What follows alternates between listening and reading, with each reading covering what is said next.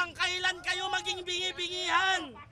Hanggang kailan kayo magbulag-bulagan sa nangyayaring panakawan sa ating bansa?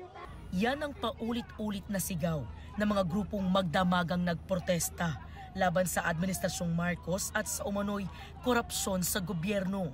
Ang mga kasama sa rally, unang nagmarcha mula Maynila patungong Makati City. Kabilang si Cavite 4th District Representative Kiko Barzaga.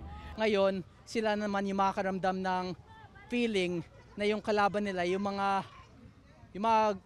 naghahanap ng hustisya ay nasa labas na ng mga gates nila. Panawagan niya sa Pangulo. Sobrang dami nang nawala ng tiwala sa kanya, and I think it's time for him to resign.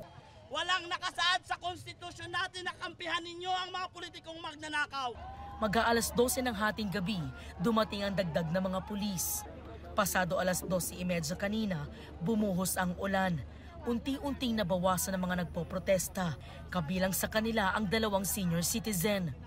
Nang magsimulang mag-ingay muli ang mga nagprotesta, nagbarikada muli ang PNP. Namuo ang tensyon sa pagitan ng mga rallyista at mga pulis. We are observing maximum tolerance, but the problem is wala namang humaharap na organizer. We are trying to to prevent them from getting close to the gate.